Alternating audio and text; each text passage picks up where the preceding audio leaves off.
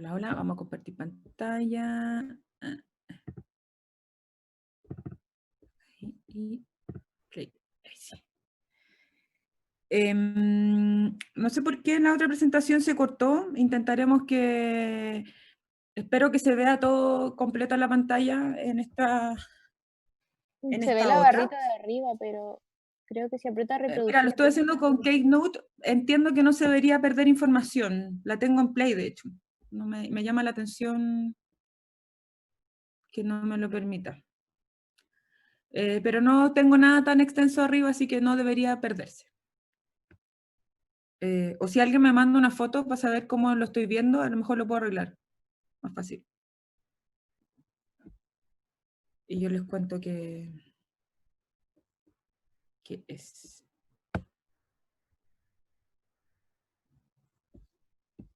Ahí sí.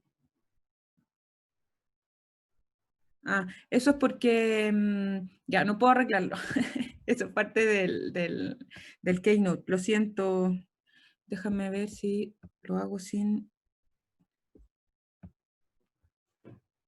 A ver. Me puse a reproducir. No sé si se sigue viendo con la barrita. Sí, pero no es mucho lo que se pierde en realidad. Ya, para no atrasarnos más y seguir. Esta clase es larga, pero entretenida. Ya, vamos a hablar de paro cardiorrespiratorio, abordaje desde la urgencia. Em, Intenté hacerlo de una manera mucho más dinámica y que no fuera una CLS, porque eso lo pueden ver en cualquier lugar. ¿Ya? Es importante que lo conozcan y vamos a ir comentando algunas cosas. ¿Ya? ¿Por qué es importante saber de paro cardiorrespiratorio? Aparte de porque somos médicos, porque 50 de cada 100.000 habitantes en Estados Unidos tienen un como un paro cardíaco extrahospitalario, de los cuales un 60% son hombres, la mayoría son de 60 años, y entre un 60 y un 80% en domicilio. Por lo tanto, ya con esos números, yo les puedo decir que para los que trabajen en SAPU o en APS, les va a llegar un paro cardiorrespiratorio sí o sí a su lugar de trabajo. Puede pasar incluso en una consulta médica, por lo tanto, deben estar conscientes de lo que puede pasar. ¿Ya?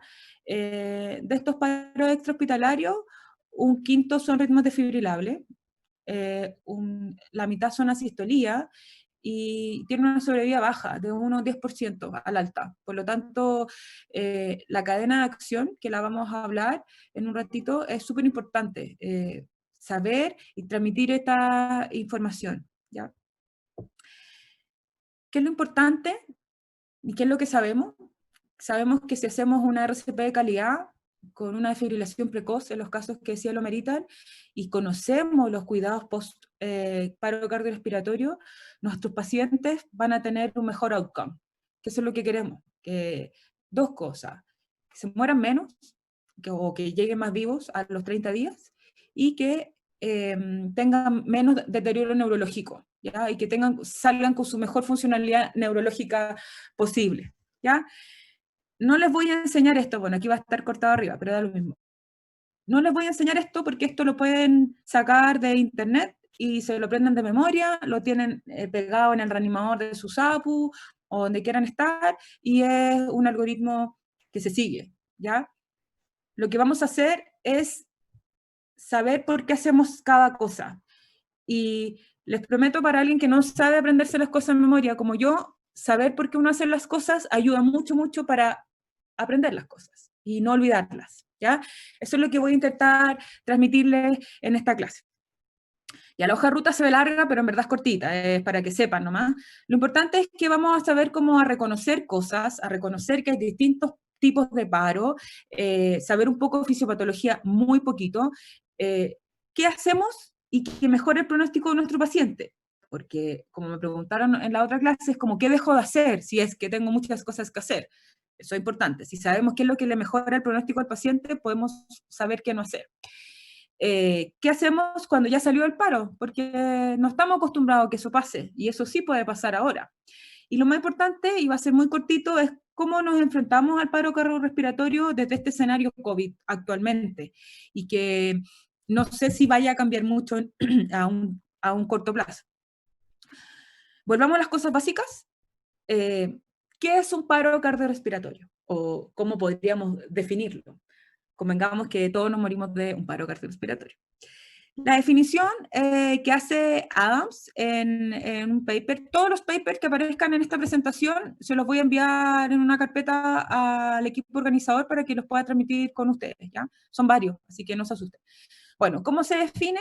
Como un cese abrupto, algo súbito de la función cardíaca, y está mal escrito, con pérdida del flujo sanguíneo efectivo que provoca un colapso hemodinámico. Es importante, hay un colapso hemodinámico, compromiso de conciencia, y que conduce inmediatamente a la muerte si no se trata. En el fondo, cuando un paciente nos llega a un paro cardiorrespiratorio, podríamos verlo desde otra esfera, y es que está muerto y vamos a intentar revivirlo en un contexto bien romántico de lo que nos está pasando en ese momento, ¿ya? ¿Cómo es un PCR presenciado? Monitorizado, presenciado y escuchado por otra persona. Alguien lo vio, alguien lo ve desplomarse, ¿ya?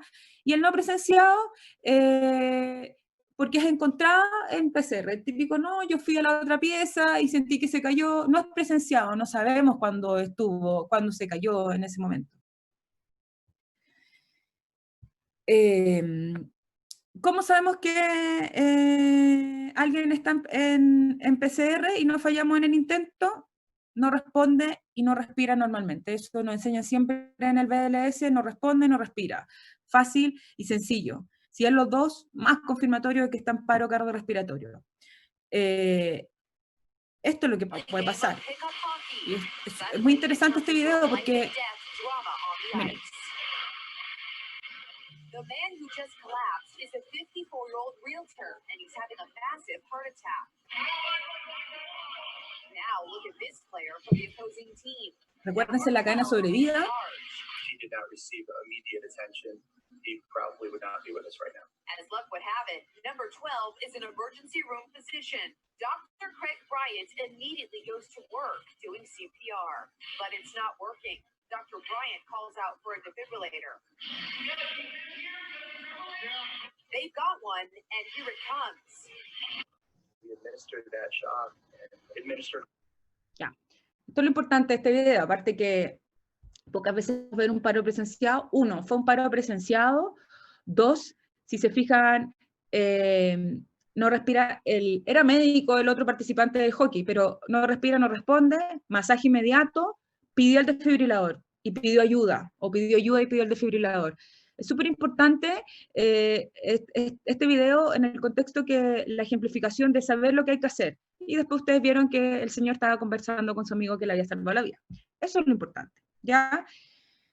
De los paros extrahospitalarios, sabemos que un 69.5% son en el hogar, en la casa, un 18% en los lugares públicos y un 11% aprox en residencia de ancianos. Harto en la casa. Y nos va a pasar que llegan y llega la familia y están asustados. Un paro no se ve lindo en un domicilio, y sobre todo cuando es alguien que uno quiere, ¿ya? De lo intrahospitalario no vamos a hablar en esta presentación. Tenemos los equipos, gracias a la acreditación, los equipos código azul, o no sé cómo se llaman en cada centro, son equipos entrenados. La discusión y lo que se ha visto es que sí mejoran la mortalidad al activar el código azul y el llegar, pero no cambia el masaje precoz, desfibrilación precoz, etc. Y ha ordenado un poco las cosas. Cuando el equipo del código azul llega, los equipos a veces ya saben si tiene orden de no reanimar a este paciente. Y ahora, nuevamente, nuestro amigo COVID nos ha enseñado eso, como a definir pacientes que vamos a reanimar o que no vamos a reanimar desde un principio, y ayuda bastante, ¿ya? Estas son las cadenas de sobrevivencia. La AJA se ha aportado, siempre ha aportado con la evidencia y con como el orden de las cosas. Como pueden ver, no es lo mismo un paro intrahospitalario que un paro extrahospitalario, por eso lo consideramos. Además, los paros en SAPU son extrahospitalarios, los paros en APS son extrahospitalarios. El paro desde la urgencia se considera hospitalario like, porque no está hospitalizado técnicamente. Por lo tanto, hay que siempre pensar como en los paros extrahospitalarios, reconocimiento precoz, RCP de alta calidad, desfibrilación rápida y traslado inmediato por servicio de emergencia. Y acá ya agrega el quinto elemento, que es como cuidados posparo de alta calidad. La fisiopatología, cortito, el por qué hacemos lo que hacemos es importante, saber por qué masajeamos, por qué fibrilamos, etc. Este paper a mí me encanta, que es el que muestra como qué es lo que pasa después que un paciente cae en paro cardiorrespiratorio. El 2012 se presenta, ahí alguien tiene el micrófono abierto, ¿y qué es lo que se plantea? Que cuando uno cae en paro cardiorrespiratorio, se empiezan a suceder fases que van relacionadas con la depresión de ATP dentro de la célula y con el cese de funciones celulares. Claramente, si no hay flujo, el corazón no late, no le va a llegar oxígeno a la célula, no le va a llegar glucosa a la célula. Entonces, en la primera etapa, en la fase eléctrica, de 0 a 4 minutos, todavía hay reserva dentro de la célula. Todavía la célula es capaz de funcionar por sí misma si es que hay algo que le dice funciona. Por eso la fibrilación es tan necesaria y es tan útil en estos pacientes. Por eso cuando decimos paro presenciado, no tiene pulso, monitor de fibrilación. Paro no presenciado, masaje. Porque estamos hablando de estos tiempos. Cuando ya pasamos de los 4 minutos y estamos entre los 4 y los 10 minutos, hablamos de la fase circulatoria, en donde a lo mejor el ATP de la célula cardíaca ya no queda, pero sí queda periféricamente. Por lo tanto, al comprimir y desfibrilar en forma precoz, podemos llevar nutrientes a la célula, podemos llevar el oxígeno a la célula y con esto tratar de que parta en nuestra célula cardíaca. Y ya en la fase metabólica, cuando ya han pasado más de 10 minutos, sabemos que no hay muchas cosas y lo que tenemos que hacer es evitar empeorar nuestra falta de insumo, nuestra falta de glucosa, nuestra falta de oxígeno. Ahí sigue estando la compresión, pero la desfibrilación deja de hacer efecto. De hecho, puede ser un poco iatrogénico desfibrilar.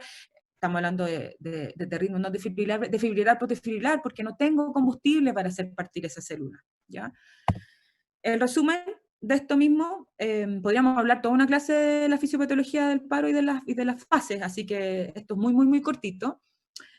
Acá pueden ver en el diapo cómo va cayendo el ATP. En la fase eléctrica nos queda ATP dentro de la célula cardíaca, por lo tanto vamos con la desfibrilación, intentemos hacer partir este auto, ¿ya? En la circulatoria casi no hay, estoy intentando arrastrar si es que queda algo de gasolina desde otras partes del cuerpo, ¿ya? Y en la fase metabólica no queríamos llegar a eso y lamentablemente nos llegan en esta etapa muchos pacientes, como hay una isquemia global, se produce una descarga, una catástrofe celular tipo sepsis, hay liberación de inmunomoduladores, de citoquina, etc. Y aquí se plantea como que la hipotermia podría ser beneficiosa, como congelemos a este paciente, entre comillas, intentemos de que no siga desarrollándose esta catástrofe de eventos que van a hacer que nuestro paciente salga de nuestro paro, ¿ya?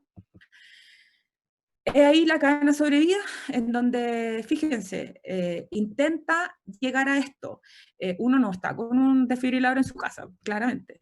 Entonces, por eso en lugares públicos se ha intentado tener desfibriladores. Conocidos son los ejemplos de los aeropuertos en Estados Unidos, que cada, no me acuerdo, 3 metros, X número de metros, existe un desfibrilador y uno los ve, por lo tanto uno sabe dónde sacarlo.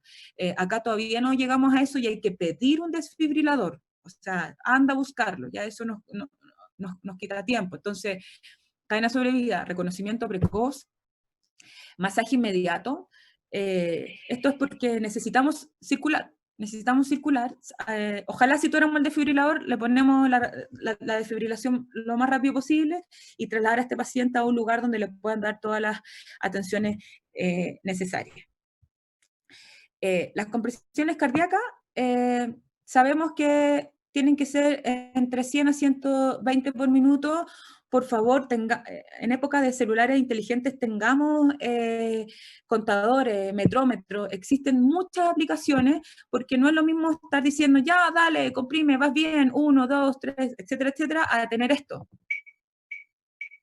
que es el ritmo, y va con el ritmo. Entonces es importante tenerlo, y tengan este metrómetro que les grabé está a 110 segundos, a 110 por minuto. Por lo tanto, ténganlo, si quieren pongan la canción, Stay Alive, como ustedes quieran. Pero es importante que como líder de equipo, si es que no están masajeando, lleven el ritmo, porque van a tener muchas manos que van a querer ayudar. Pero frente a la presión, esto se olvida. Ya sabemos, de 100 a 120 por minuto, que sean profundas, mínimo 5 centímetros, que permitan la expansión torácica, perdón. Cambio cada 2 minutos. Es importante que haya un cambio, porque dentro de la adrenalina del momento, y tú querer ayudar, déjame 2 ciclos. Sí, pero al minuto 3 te vas a estar muriendo de cansancio y van a caer la calidad de las compresiones. Y independiente que uno quede bien o mal, como en el contexto de, como de cansancio, le estoy perjudicando al paciente al cual le estoy dando las compresiones. Por lo tanto, prevean esto y pidan ya, a los 2 minutos tú cambias con esta persona, etcétera, etcétera, etcétera. Y minimizar las interrupciones, que es un más de la reanimación. Hablemos un poco de la compresión continua. Es importante disminuir al mínimo las interrupciones. Yo, al terminar los 2 minutos del ciclo, en realidad, cuando hay cambio, el cambio lo más rápido posible. En ese momento yo evalúo pulso, en ese momento me meto con el eco a ver si hay actividad cardíaca, en ese momento hago lo que tenga que hacer, pero no puede durar más de 10 segundos, y ahí sean pesados, majaderos, hablen con el equipo. Miren lo que pasa cuando dejamos de comprimir. O sea, cuando hacemos nuestra mejor compresión posible, tenemos una presión de perfusión, si es que de 20, y es lo que, así, la mejor compresión del mundo mundial. Pero cuando dejamos de comprimir, se cae. Observen, no hay perfusión y se cae. Volvemos a los 2 minutos a iniciar a comprimir y tenemos que volver a subir a llegar a nuestra mejor compresión posible. Miren este video. Este video se lo robé a Resus. Síganlo, ahí puse la página de Twitter, o sea, el link de Twitter para que lo puedan ir en Resus. Publicó este video que es muy clarísimo lo que yo les quiero decir. Fíjense, cuando estamos con la mejor compresión posible, el corazón se mueve y apenas. Y cuando no hay compresión, el corazón no se mueve nada. Por lo tanto, todo lo que hicimos en esos 2 minutos, todo nuestro esfuerzo, nuestro cansancio, nuestro sudor, etcétera, se fue al tacho del basurero en esa parada. Si lo consideran así y entienden por qué la compresión es tan importante, no van a evitar al mínimo las compresiones. Y la AJA así lo entiende y así se lo transmite a los legos. De hecho, hay videos, si ustedes ponen como el Hands Only como campaign, van a encontrar esto, que es como, por favor, paro cardiorrespiratorio, paciente no responde, no ventila o no respira, llame al 911 en Estados Unidos, inicie compresiones al ritmo Stay Alive. Así, tan claro, el video no los puede adjuntar, pero es muy interesante la campaña que hace a los legos, a los no médicos, como si usted ve esto, haga eso, no se estrese, porque saben que el mayor porcentaje de paro es en domicilio. Por lo tanto, si mi papá se compromete, ya sé lo que tengo que hacer, llamar, comprimir, al ritmo de la canción. Es fácil, como ustedes se lo pueden transmitir a todo el mundo, y es muy interesante como esta dinámica que se ha hecho con la canción, ¿ya?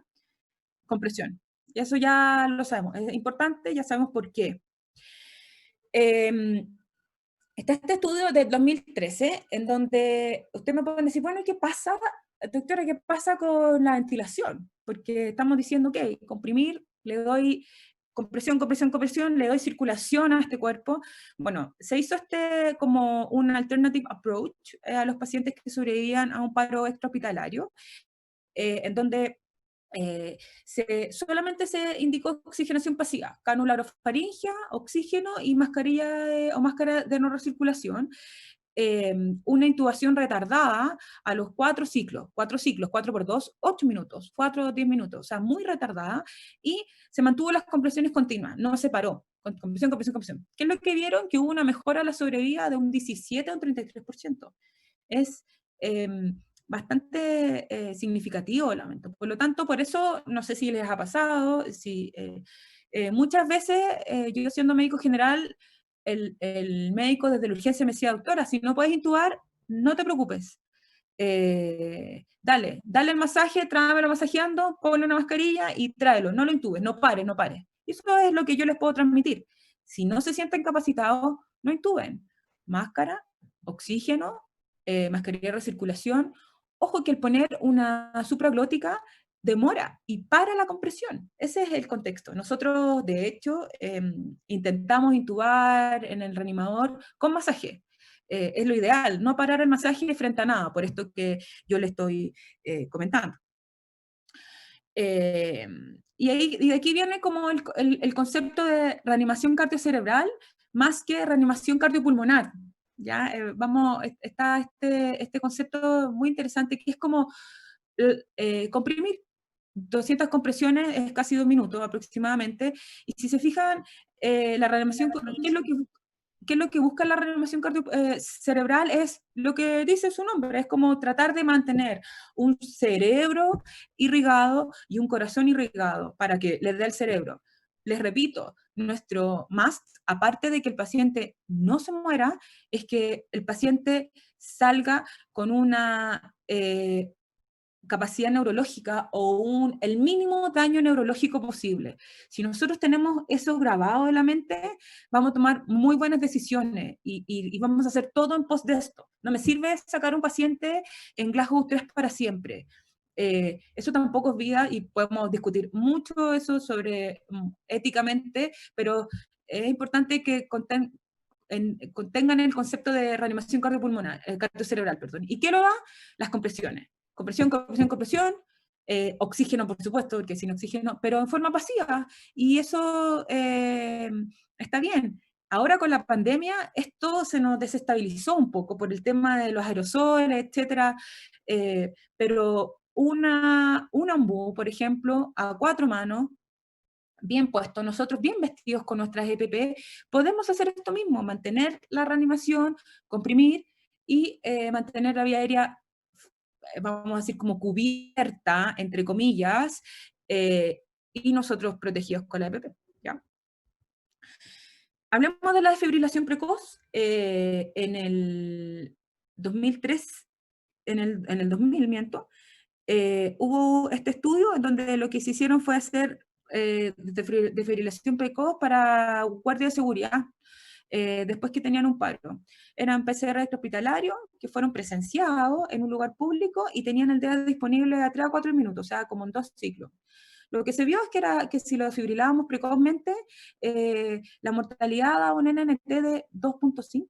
2.5. Eso significa que cada 2.5 personas una se salva. Es un número muy bueno. Y eso es lo que uno tiene que transmitir si es que ustedes quieren ir y alguna vez tienen que hacer algún proyecto para algún municipio, en qué gasto la plata, doctora.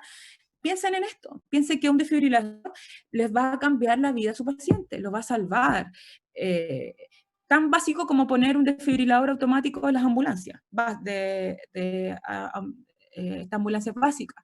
Así de bueno es la desfibrilación. Y es importante que ustedes somos actores comunitarios, eso no tenemos que olvidarlo. Y en algunas ocasiones llegan a ser autoridades comunitarias. Transmitir las cosas buenas que tiene la medicina y las cosas que sí cambian mortalidad y morbilidad. Ya hablemos del soporte vital avanzado. Sabemos, paciente que está en paro cardiorrespiratorio, lo antiguo, después vamos a hablar lo que pasa ahora en el 2020, esta es la guía a la baja del 2018, empecemos las compresiones, demos oxígeno, conectemos el monitor desfibrilador, y la gran pregunta, ¿el ritmo es desfibrilable o no es desfibrilable? La gran pregunta. Ya sabemos que si es desfibrilable, por favor, compresión, terapia eléctrica, adrenalina según corresponda, y amiodarona lidocaína que viene ya en el tercer, cuarto ciclo. Pero compresión, desfibrilación. Compresión, desfibrilación. Así de automático, no lo olviden, transmítalo así. Ahora bien, ¿qué pasa si no es desfibrilable el ritmo? Ya, ahí RCP, reanimemos. Cuando tengamos estos 2 minutos son eternos cuando uno los está llevando. Pensemos, hablemos con el equipo, ya, a ver, ¿por qué puede estar en este ritmo nuestro paciente? ¿Cuáles son las 5H? ¿Cuáles son las 5T? Las famosas causas de la actividad eléctrica sin pulso. Pero esto igual nos desordena y estamos como ya, ¿qué puede ser? Acidosis, hipovolemia, no sé, TEP, tóxico, etcétera, etcétera, etcétera. Pero en el 2014 se presenta este paper que es bastante interesante y que es y se las presento, no sé si lo han visto antes, es una forma de evaluar y manejar la actividad eléctrica sin pulso de una manera cordial, fácil y tratar de tomar decisiones más rápido. ¿Qué es lo que plantea Lippmann? Es que la actividad eléctrica es una actividad eléctrica, muy bien, pero podemos encontrar toda actividad eléctrica de QRS ancho o QRS angosto. Si estamos en presencia de un QRS angosto, podemos pensar que es un problema mecánico del ventrículo derecho. ¿Qué puede ser esas cosas? Taponamiento cardíaco, neumotórax a tensión, hiperinsuflación mecánica, pacientes que están en ventilación mecánica y se paran. Ayer el doctor Vidal también lo habló, hay que acordarse de las causas que deterioran a un paciente. El que esté en ventilador no significa que no va a pasar nada más, es más, empeora los problemas. Un TEP también es importante, un infarto con ruptura miocárdica, y ahí el eco, si es que ustedes lo tienen a mano, háganse amigos, úsenlo, vayan, practiquen. Esto es muy operador dependiente.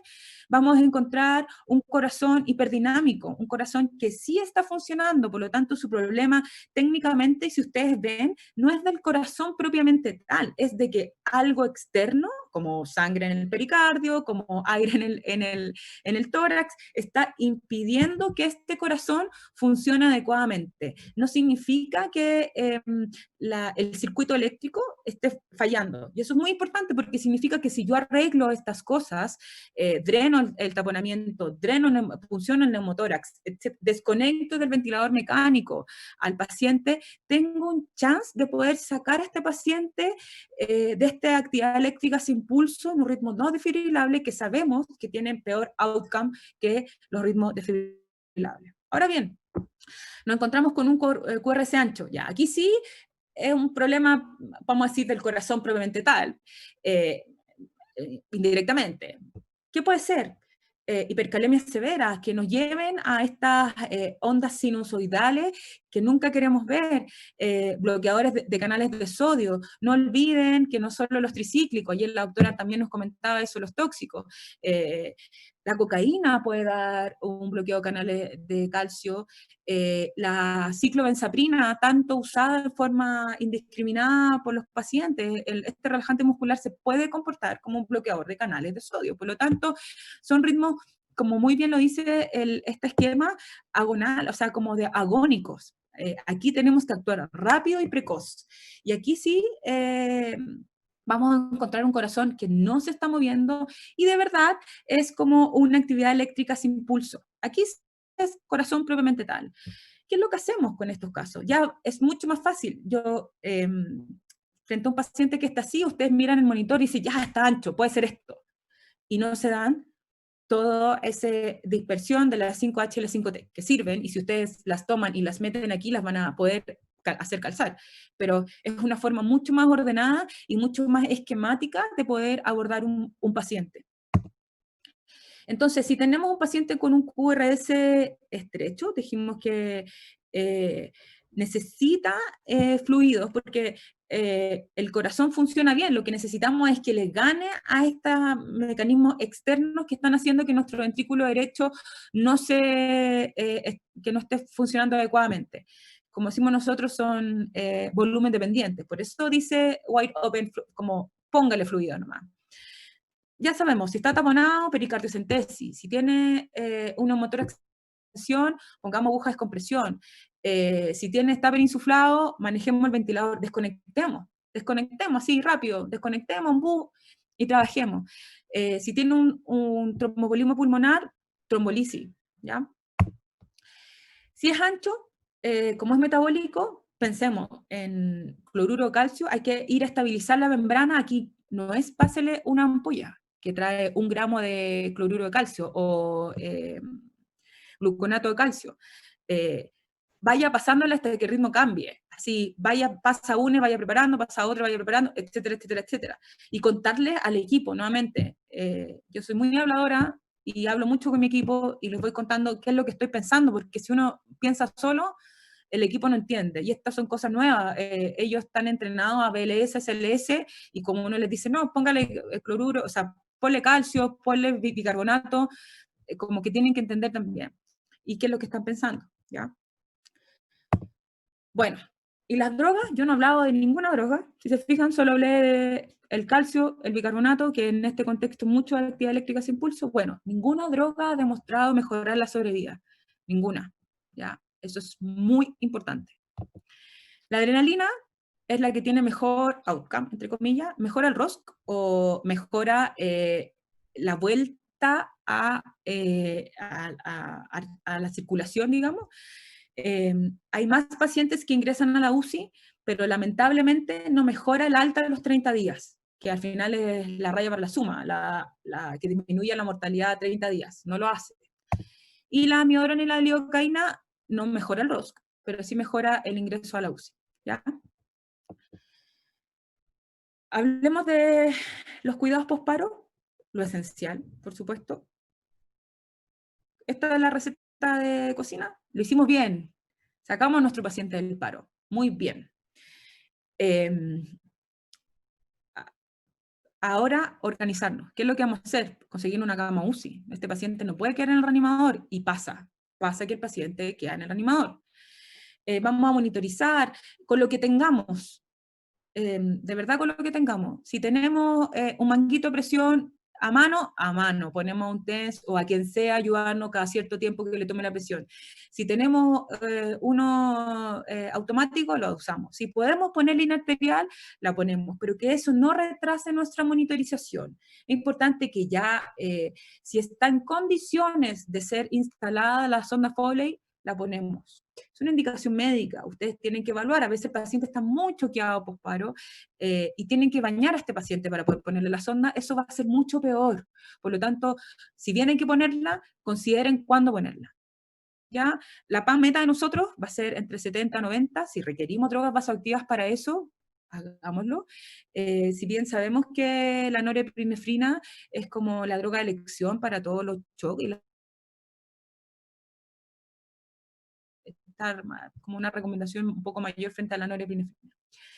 Saturación, me vuelvo a colgar de las presentaciones de ayer, vamos a buscar una presentación ideal, una saturación ideal entre 94 y 98, pero consideremos las condiciones de nuestro paciente. Si es un hepático, no le vamos a pedir 94, le vamos a pedir 90.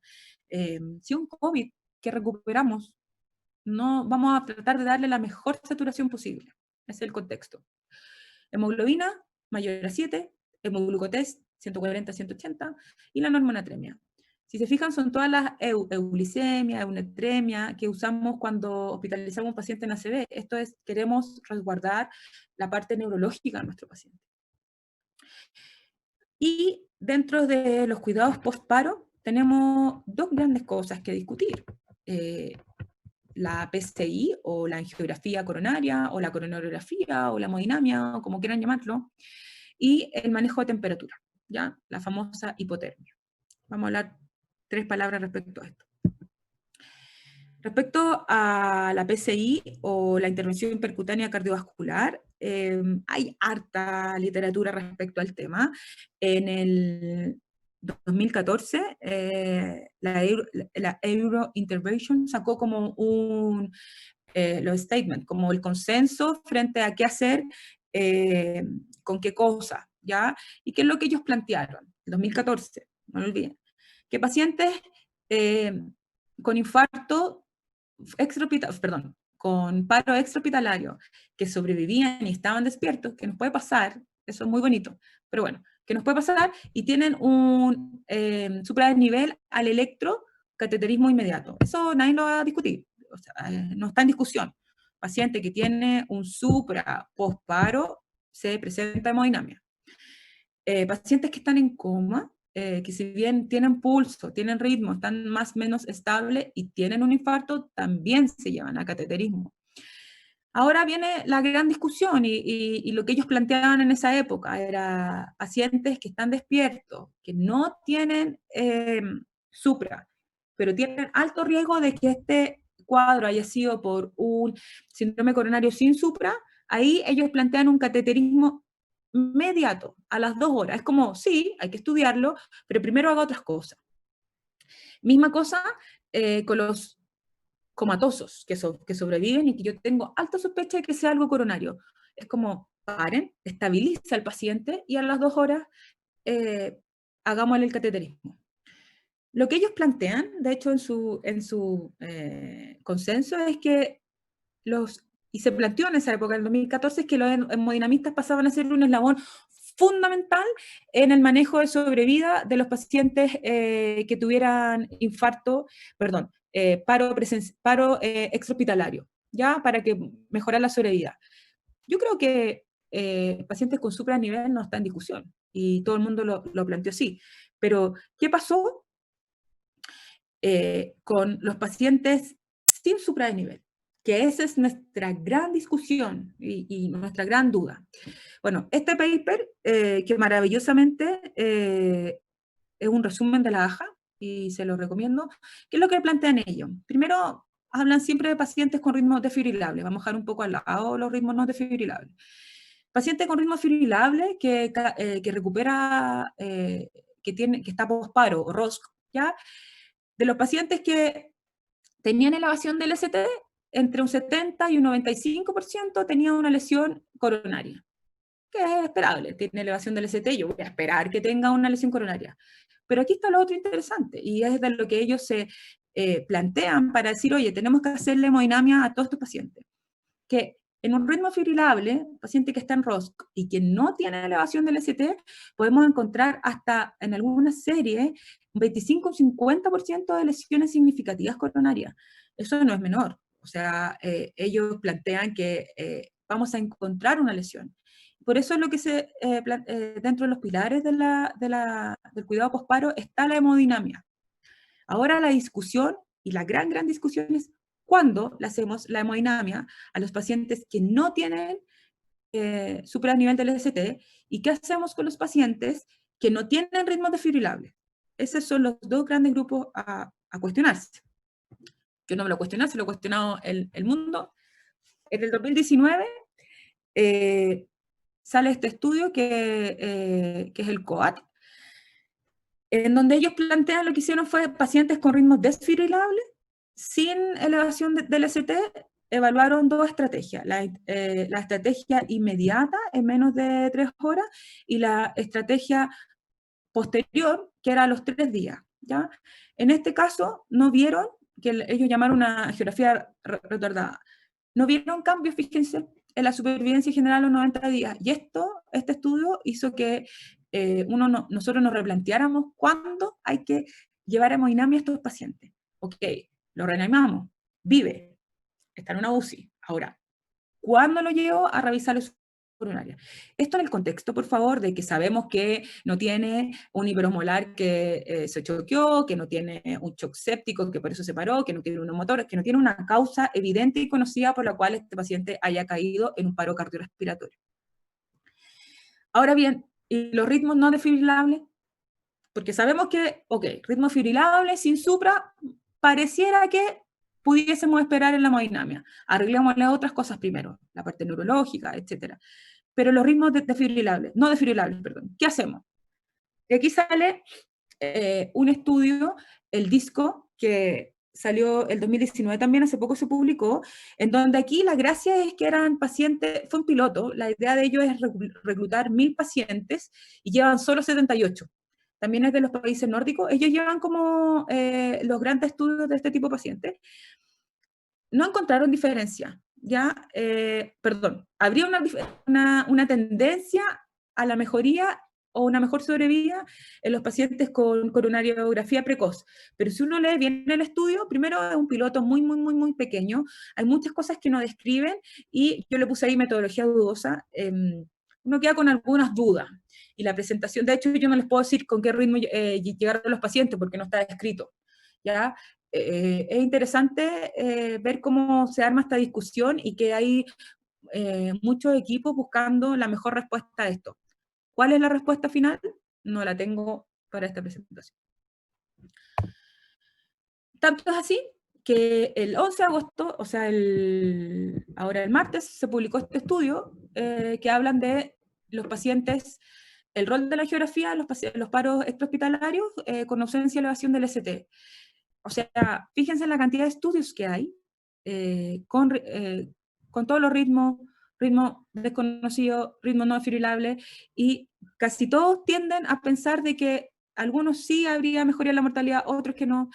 Yo he aprendido que cuando hay muchos estudios significa que hay muchas visiones de la situación, por lo tanto estamos ahí. Y de hecho, fíjense que ellos, ahora hay algunos estudios que hablan de early como 6 horas, no 2, como planteamos nosotros con los supra. Entonces, de a poquito esta ventana de tiempo se ha ido ampliando y los cardiólogos opinan lo mismo. De todas maneras, no quiero que aunque se queden como no hacemos nada. No, paciente que no tengo otra causa, siempre hay que presentarlo a cardio y tomar una decisión en conjunto con el equipo. En general los van a estudiar si está estable para traslado, sobre todo cuando estamos en lugares donde no tenemos hemodinamista en el lugar, lo vamos a estudiar igual en el mejor momento en que el paciente pueda ser trasladado. Hablemos 2 palabras sobre el manejo de la temperatura en estos pacientes, la hipotermia. El Target Temperature Management, o el TTM, el 2019 sale este estudio en donde lo que hacen es preguntarse, ya se sabía un poco que pacientes con ritmo desfibrilable podíamos usar hipotermia. ¿Se acuerdan? Yo creo que los que habían estudiado manejo posparo anteriormente, 34, y era entre 33 y 34, ok. ¿Qué es lo que hace este equipo? Evaluar, y dicen, bueno, y si hacemos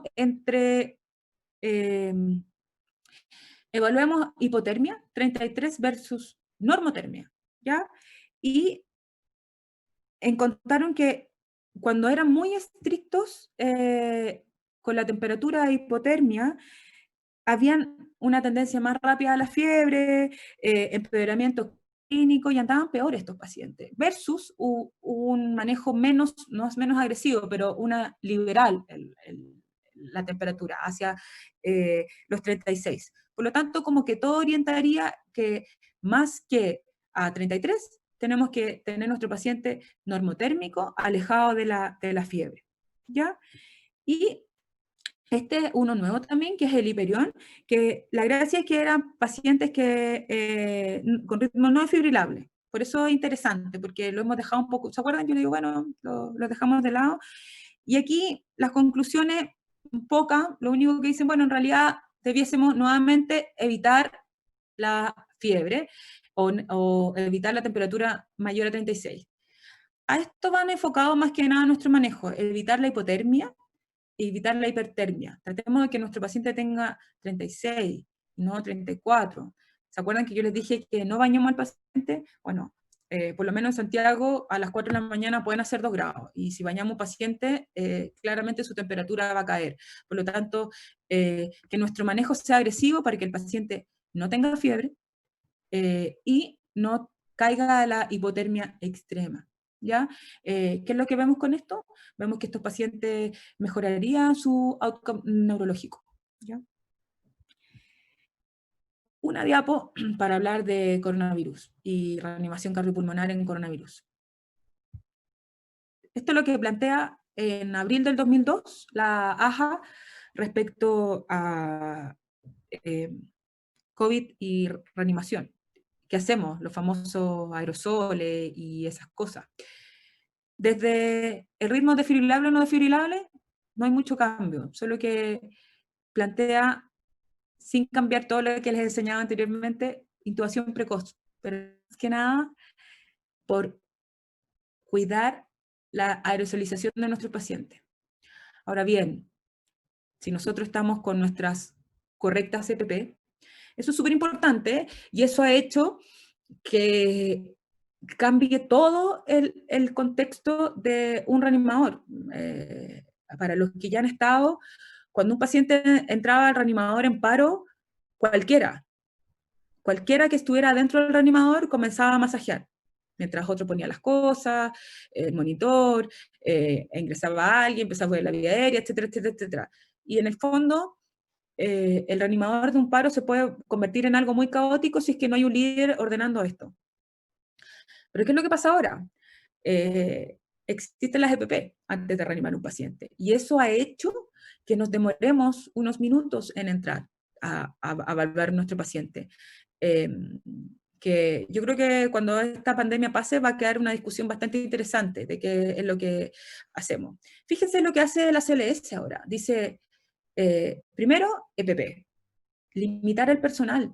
¿Cuántas veces tuvimos reanimadores en donde casi hay una fila para masajear y vas cambiando, hay 6 personas para cambiar? Ahora no, limita el personal. Considera si la reanimación es apropiada. ¿Cuántas veces nos hemos preguntado si hay que reanimar o no al paciente que estamos viendo en nuestro... Lo pensamos después que llevamos como 6 ciclos. Seguimos reanimando, nos seguimos reanimando. Y aquí la AJA lo plantea bastante interesante, que es una discusión muy, muy buena, que es como, tenemos que reanimar a nuestro paciente, y eso es algo que hemos sacado limpio desde la pandemia. Iniciamos nuestra limitación, dar oxígeno, limita la aerosolización, o sea, pensémoslo, casi todos deberíamos andar con N95 si es que estamos cerca del reanimador, o nuestra face, con antiparras, vestidos, eso es súper importante. Pensar en intubar, esto es muy, muy, muy, muy importante, porque nos vamos a demorar, ya no nos sirve poner... por ejemplo, ambucear sin el filtro, no se puede porque vamos a aerosolizar. Y si bien uno puede estar vestido, a lo mejor está la puerta abierta del reanimador y los aerosoles salen. Considerar eso, es súper importante. Siempre vamos a ver si sabemos que la fibrilación precoz mejora la mortalidad, por lo tanto, cuestionémonos rápidamente, el ritmo desfibrilable o no. Y, ¿se acuerdan que yo les dije, intubamos masajeando? Pues aquí tenemos que parar las compresiones. Hemos tenido, por lo menos en mi hospital, lo hemos discutido mucho, mucho, mucho, mucho, mucho, si paramos o no paramos las compresiones para la intubación. Lo discutimos con anestesia también. Intentamos bajar demoras para nuestro paciente y sacar el mejor outcome posible. Intentamos no parar si es que cuando todo el equipo está vestido con las correctas EPP. Buzo, full face, antiparra, etcétera, etcétera, etcétera. Si no es así, paramos las compresiones por el tema de la aerosolización. No puedes fallar, por lo tanto, o lo haces con buggy, o le pones la supraglótica, o una bolsa máscara con filtro. Aquí tenemos que usar filtro. Y yo creo que estas cosas van a quedar después de la pandemia. El filtro, el intubar con algo tan sencillo como una máscara quirúrgica, una mascarilla quirúrgica, que no usábamos antes para intubar. Eso hace 3 años atrás no teníamos este concepto. Y conectar al ventilador lo antes posible. De hecho, nosotros conectamos inmediatamente al ventilador si es que no tenemos filtro para el ambú, ¿ya? Y de ahí sigue el flujo normal. Se los dejo planteados, tienen que conversarlos con su equipo, cuídense ustedes, cuiden a su personal, que es lo más importante, ¿ya? Y este es el gran cambio, como quédense que sí, las compresiones son lo más importante junto con la fibrilación, pero estamos en un contexto distinto, que es este contexto de pandemia, ¿ya? Finalmente, para la casa, ¿qué es lo que quiero que se lleven? Compresiones, como les acabo de decir, por favor, compresiones, desfibrilación precoz, soporte avanzado, reanimación cardiopulmonar, o sea, perdón, cardiocerebral, Si sabemos por qué estamos comprimiendo y qué queremos ir a salvar, hasta vamos a hacer mejor las compresiones. Diferir la intubación, bueno, este era un contexto no COVID, enfrentamiento a la actividad eléctrica sin pulso, este enfrentamiento que yo les propongo, que no lo hice yo, lo hizo el doctor Littman, es muy adecuado, es muy cómodo. Conocer los cuidados por reanimación. Si ya pensamos en que no hay nada más que pueda tener nuestro paciente, planteémoslo, contémosle al hemodinamista, tratemos de hacerle la angiografía. Y, por supuesto, tengamos a nuestro paciente fuera de la fiebre, ya no con fiebre. Y este paciente tiene que ir a una cama UCI, peléelo por eso. Cama limpia, no limpia, ya a esta altura, actualmente con la pandemia, es otra historia, pero peléenlo, cuéntenle a todos. El paciente no se puede quedar en la urgencia, un paciente grave que requiere un manejo especializado, etcétera. Este es un paciente prioritario. Y no lo puse, cuéntenle a la familia, si es que hay alguna familia en la urgencia, hablen con ellos, cuéntenle lo que estamos haciendo. Esta historia de el paciente está muerto, intentamos revivirlo, a veces sirve, y hablen. A veces lo más difícil de una reanimación cardiopulmonar no es hacerla, es contarle a la familia qué es lo que pasó, y que a veces este paciente no va a salir y no va a fallecer. Y tengan claro en su cabeza qué es lo que quieren reanimar y por cuánto tiempo quieren reanimar, que no lo puse, pero es importante también considerar cuánto vamos a reanimar, para qué. Acuérdense, reanimación cardiocerebral. Eso es lo que tenía para representar hoy. Sale más corto, por lo menos. ¿Preguntas? Sí, igual que recién también nos ayuda el doctor Vidal. Sí. El doctor Sánchez también, pero quedan algunos. Sí, no hay problema, ya, vamos a partir. Qué buena pregunta, espectador anónimo. ¿Qué hacemos si tenemos un posparo estando en Chuchunco, que es EDF? Chuchunco queda cerca de Santiago igual, pero es un infarto con supra. Presentarlo, ahora, esa es la gracia de tener celulares y esas cosas, si es con presentar, y este paciente tiene que, y hay que hacer todo lo posible por sacarlo, eso es lo más importante. El otro día no existe una indicación dura como en el TEP para trombolisis en paro, y lo discutimos con los cardiólogos, y lo hicimos sin tener mucha evidencia, y era un TEP que hizo un supra. Por lo tanto, discútanlo. No están, pareciera que están solos en el mundo, pero no lo están. Eso es. Así que, nada, sacarlo lo antes posible. Y un paciente muy grave, doctor, que muy probablemente puede ser que ande muy mal. ¿Ya? Y debería haber salido, probablemente, debería estabilizarse y discutir o no la trombolisis. Ignacio Santos, angiografía precoz. ¿Cuánto tiempo posparo se considera para ser precoz? Menos de 2 horas. Ahí entra los mismos tiempos de supra. Eso es precoz.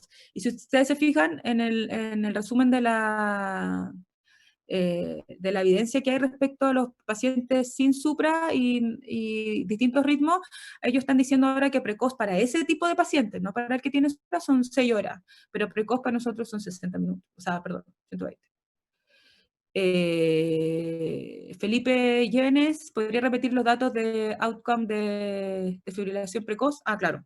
Lo más importante, NNT de 2.5. Eso es lo más importante.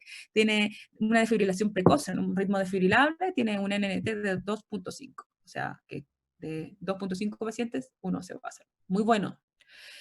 Ya. Espectador anónimo quiere saber cómo lo hacemos con el tema del COVID. Ningún problema. EPP, lo más importante, EPP para todos. Cuestionarse si el paciente requiere reanimación o no, es difícil. No tengo una respuesta linda para decirles, ay, desde tal edad, no, tienen que preguntar los mayores antecedentes posibles, y si ustedes tienen la duda, no va a haber una respuesta mala. Eso es importante que sepan, y les doy la confianza, como si quieren reanimar algo que les queda la duda si es reanimable, denle, reanímenlo. Ok, empecemos a reanimar, no comprimir hasta que todos estén vestidos o tengan suelo 95 por el contexto de la aerosolización, ¿ya? Acá nos escapamos un poco a lo que yo les venía contando, intubación precoz, ¿ya? Más que nada por la aerosolización. No es porque el paciente requiera la oxigenación, eso es súper importante. Todas las bases de lo que yo les quise presentar de la reanimación van en eso, pero en este contexto que es estabilización, COVID, etcétera, etcétera, etcétera. ¿Cómo evalúo que un paciente sea desfibrilable o no? No se los comenté, del ritmo, Camila. Camila Díaz nos pregunta eso. Acuérdense que los ritmos fibrilables son la fibrilación ventricular y la taquicardia ventricular sin pulso. ¿Ya? Esos son los dos grandes ritmos y son los únicos monos al monitor, entre comillas, o dibujos al monitor que deberían aprenderse para poder ver. ¿Ya? Taquicardia ventricular y fibrilación ventricular. Camila Urrutia ahora nos pregunta, ¿en qué momento se decide tener el RCP si el paciente no lo va a ser reanimado? Pucha, Camila, no tengo una respuesta. Depende. En mi cabeza tengo algunos números. A lo mejor el equipo con los que estamos haciendo esta jornada podríamos hacer un foro, de hecho. Tienes que considerar muchas cosas, o hay que considerar muchas cosas. De dónde viene, cuánto tiempo fue reanimado, en qué ritmo cayó. Por algo, todos los estudios son con ritmo desfibrilable, porque tienen mejores outcomes. Ya les dije ya, desfibrilación 2.5 NNT. Por lo tanto, es importante considerarlo. Yo le doy 20 minutos, media hora, 40 minutos, pero si tienes un paciente que ya lleva 1 hora de masaje dentro de tu unidad, en donde nunca ha cambiado el ritmo, siempre ha sido actividad eléctrica sin pulso, o asistolía, te lo vamos a hacer más fácil, muy probablemente ese paciente ya no va a salir. Si recuerdan las fases del paro, a los 10 minutos ya no hay suministro para la célula, por lo tanto, tendría que ser algo muy mecánico como para que pueda salir. Y algo interesante es que los pacientes que en esta época de COVID, que han caído en paro cardiorrespiratorio, caen en asistolía muy profunda y no salen. Eso no significa que no los vamos a reanimar. Uno tiene que dar la mejor expertise que podamos para todos nuestros pacientes. Eso. No sé si hay más preguntas.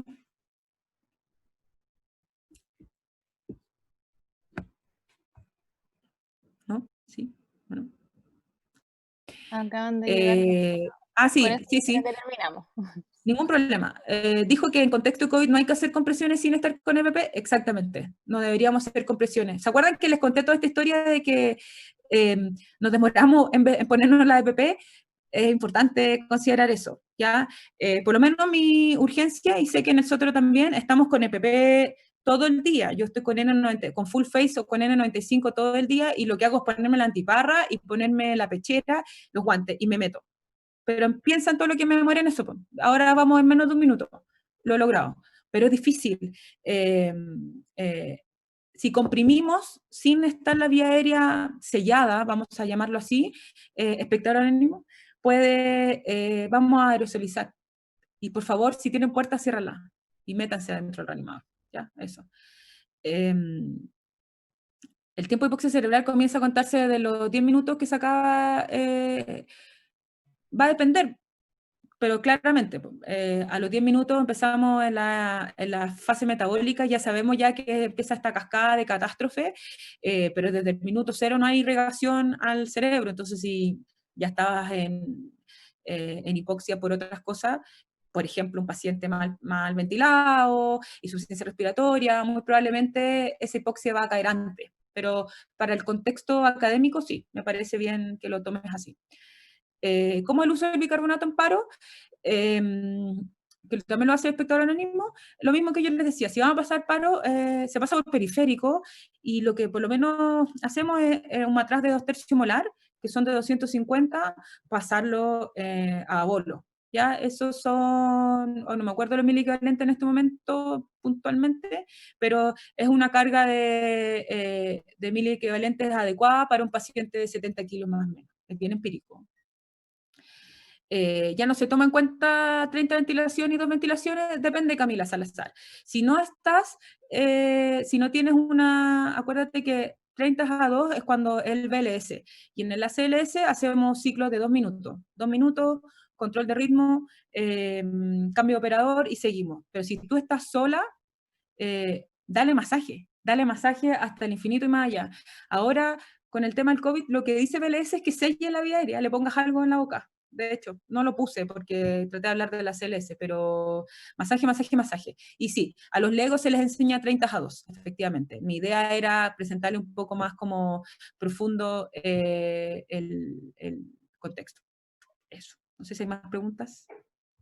No, no hay Eso. preguntas. Muchas gracias por invitarme y Muchas por gracias, hacer esta doctora, jornada. por su Creo que presentación. Sí, Por las eso. dos. Sí, no, ningún problema. Gracias a todos.